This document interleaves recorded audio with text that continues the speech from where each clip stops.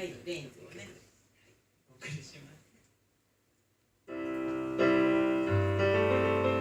言葉にできず凍えたままで人前では優しく生きていた。しわ寄せでこんな風に雑に雨の夜に君を抱きしめてた。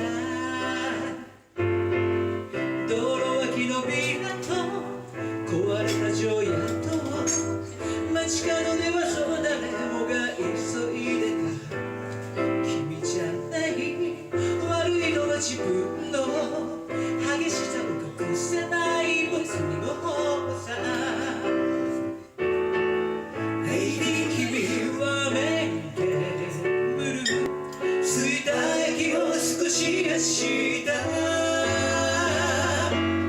土砂降りでも構わないとずぶ濡れでも構わないとしぶき上げる君が冷えたく。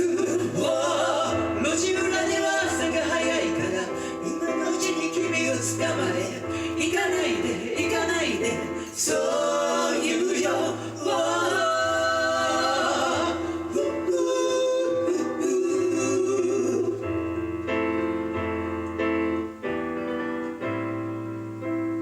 別々に暮らす泣き出しそうな空を握りしめる強さは今はもうない。